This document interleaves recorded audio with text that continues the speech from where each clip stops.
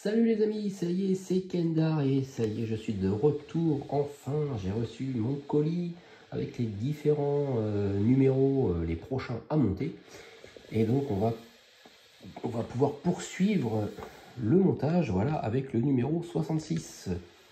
Alors ça, je suppose que c'est le coffre arrière, vraiment, pour cacher tout ce câblage.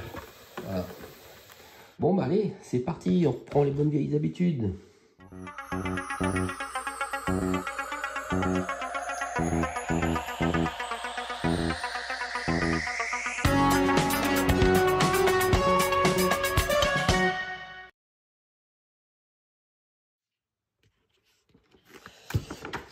Alors, qu'est-ce qu'on a? Le panneau de plancher arrière. Donc voilà, j'avais bien raison.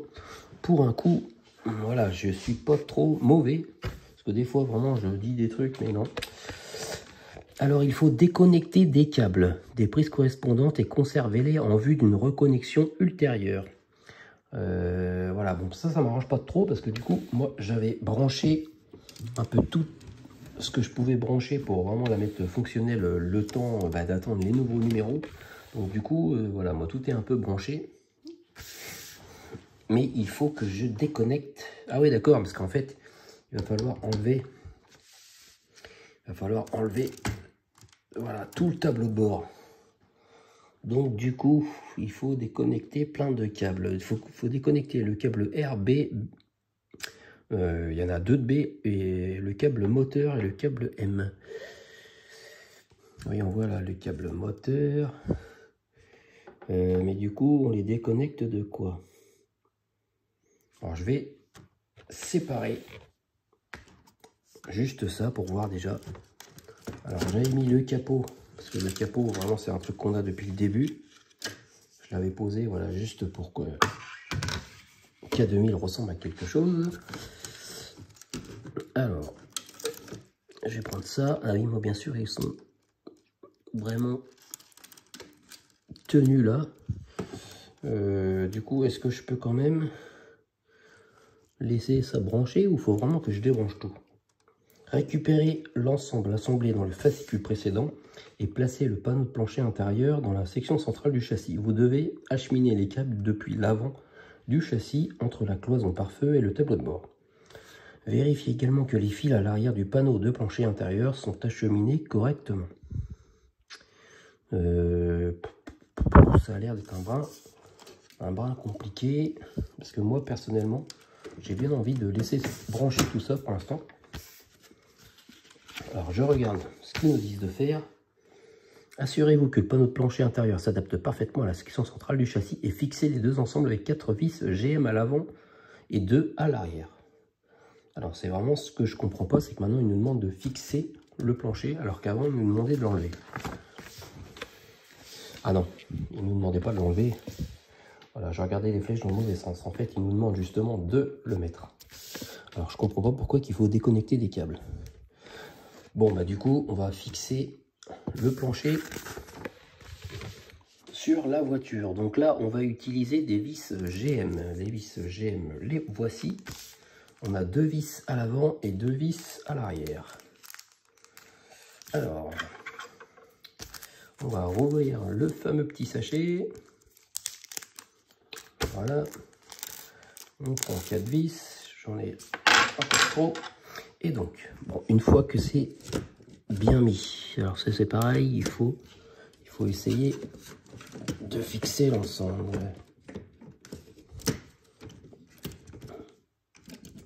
Bon, ça a l'air pas trop mal. Donc on voit qu'on a une vis à mettre ici, une vis à mettre là, juste ici, et c'est pareil de l'autre côté. Alors je vais essayer de mettre la première à l'avant. Tac. Ça m'a l'air bien positionné, donc ça devrait visser.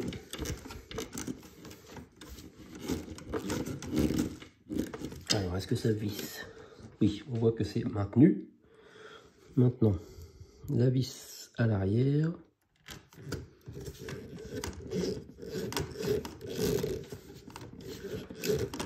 Voilà, ça tourne un peu dans le vide. Ah, voilà.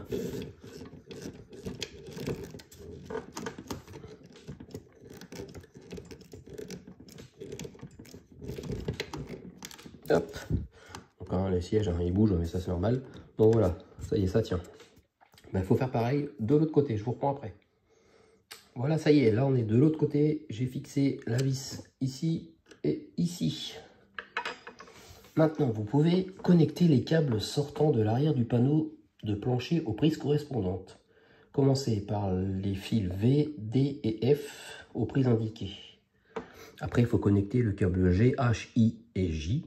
Et enfin, connecter les câbles L et O aux prises à l'arrière. Donc moi, j'avais déjà, logiquement, j'avais déjà fait tout ça. Mais ça, c'était pas super compliqué, hein. On avait les lettres correspondantes sur les câbles. Il fallait juste insérer ça dans la carte électronique. Donc j'avais fait ça. Voilà, je la retourne. Voilà. Donc ça, on peut passer. Utilisez 2 vis GM pour fixer l'arbre de direction à la colonne. Donc ça je l'ai pas fait. Parce que pour l'instant, on tourne le volant, il se passe rien. Et là, ça y est, on va enfin fixer la colonne de direction. Alors, la colonne de direction, je vais essayer de vous montrer. Alors, j'ai mis la lumière, histoire qu'on voit bien. Voilà. Là, on la voit. Voilà, elle est ici. Là, si je tourne le volant, voilà, on voit. Et on voit l'arbre de transmission juste en dessous. Alors là, par contre, il faut essayer de visser 2 vis GM là-dessus. Je ne sais vraiment pas comment je vais m'y prendre. Parce que l'arbre de transmission, il est là. Il faut que je soulève et que je visse ça. Donc je pense qu'il faut que je tourne ça vers le haut. Voilà, que je mette une vis ici. Ouais, lui, il tourne. Alors apparemment, je peux visser déjà un petit peu. Il n'y a pas de vis dessus. Voilà, et maintenant, peut-être que les roues doivent tourner un peu. Ou non, ça ne tourne pas, mais c'est l'arbre de... Bon, pourtant c'est bizarre, ça devrait faire tourner un peu les roues, mais bon, ça ne le fait pas tourner. Je vais peut-être louper quelque chose. Alors, essaye de te mettre bien droit. Voilà, apparemment, je suis dedans.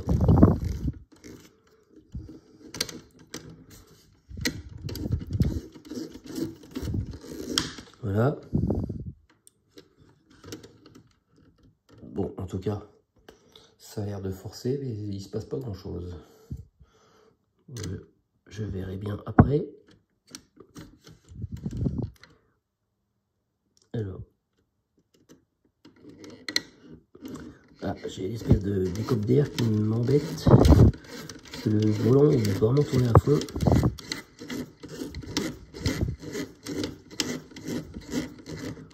Ça vise dedans ou pas? Non, ça vise pas dedans. Est-ce que je peux sur le côté? Apparemment oui. Ah, voilà. Là, ça s'est enfoncé. Voilà. Bon, en tout cas, moi je fais ça, il se passe rien. Alors, je pense que j'ai un truc qui va pas. Parce que avant, quand je tournais ça, il se passait quelque chose. Bon, on verra ce qu'ils disent dans la notice.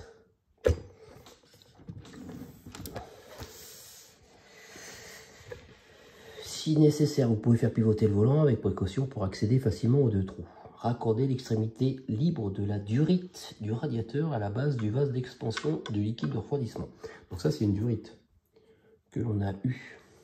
Voilà. Non, même pas. Non, je pense pas du coup. Je revérifie. Comment ça s'appelle la durite qu'on a eu aujourd'hui? La 66C. Donc non, c'est pas ça. Ça, c'est une durite en fait qui doit traîner. Donc je regarde le vase d'expansion. Il est ici. La 28K. Elle est quelque part. Mais ça c'est normal. Voilà. Ça c'est pas tenu. Alors, et moi du coup, il y a une durite que j'ai pas. Elle devrait être ici. Et cette durite, je ne l'ai pas. Est-ce que cette durite là, elle passe en dessous? Ok. Et puis bon, en plus c'est un peu le bordel de câble. Ah, quoique elle a l'air d'être là. Est-ce qu'elle est fixée? fixé ou pas? Ah ouais, non, je devais avoir une durite ici, je l'ai pas. Ben, c'est pas trop grave, hein, parce que moi, les durites, vraiment, c'est pas un truc qui me manque des durites, c'est pas trop grave. Et il doit y avoir aussi une durite ici. Ok, donc en fait, celle qu'on a eu aujourd'hui, on la met pas, si j'ai bien compris. Ouais, ok, donc en fait, on fait pas grand chose. On a des pièces aujourd'hui. Parce qu'en fait, cette pièce qu'on a là, bah, on la met pas aujourd'hui. Celle-ci, c'est pareil. Donc c'est un peu, voilà. C'est un peu nul, quoi.